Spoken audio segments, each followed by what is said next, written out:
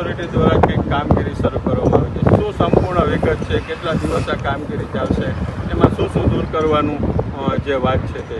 G, I Vatsal from National Highway Authority of India Rajkot. અત્યારે જે national Highway authority ઉપર જે દબાણ થયેલા છે, હાઈવેની બંને બાજુ જે ROW અમારી ટોટલ 45 મીટર છે, સેન્ટર લાઇનથી બેઉ સાઈડ 22.5 મીટર 22.5 મીટર. તો આ 22.5 મીટરમાં જેટલા જે કંઈ પણ દબાણ થયેલા છે એ દબાણ રિમૂવ કરવાનું અત્યારના ચાલુ છે. ઓલરેડી આ લોકોને 150 જેવી નોટિસ, મીન્સ ટોટલ જે હાઈવે ઉપર NH51 હાઈવે છે એમાં 150 જેટલી નોટિસ ઇસ્યુ કરવામાં આવેલી.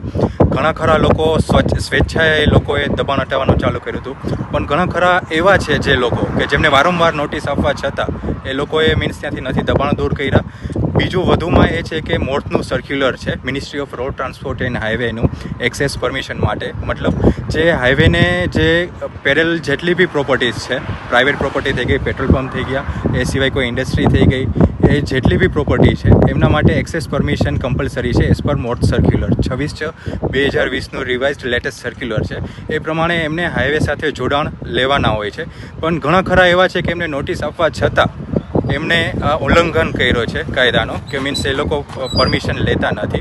તો એ લોકો માટે આજે સ્પેશિયલ ડ્રાઈવ ચાલુ કરેલી છે કે અનઓથરાઇઝ એક્સેસ જે છે એ બધા બી રિમૂવ કરીએ છીએ. સાથે સાથે જેટલા બી દબાણ છે, જે હાઈવેમાં જે દબાણ છે એ દબાણને બી દૂર કરીએ છીએ.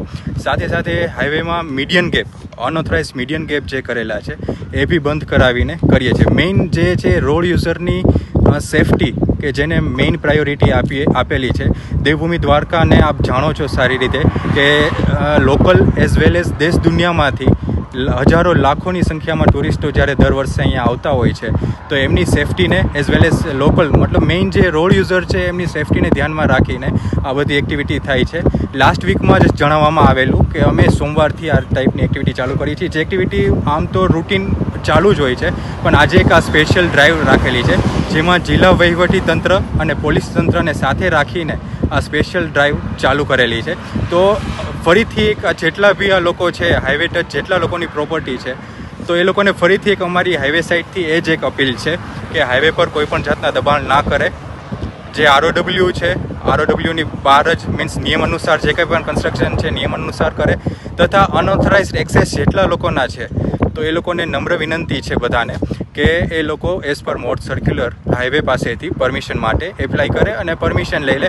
મેઇન પર્પઝ એ છે કે રોડ યુઝરની સેફ મૂવમેન્ટ જે એમને સર્વોપરિતા આપી છે કે હાઈવે પર, પ્લસ નેશનલ હાઈવેની ગરિમા જળવાઈ રહે અને દેવભૂમિ દ્વારકામાં આવતા ટુરિસ્ટની સેફટી એક બની રહે, એના માટે આ અત્યારના જે ડિમોલેશન છે એ ચાલુ છે.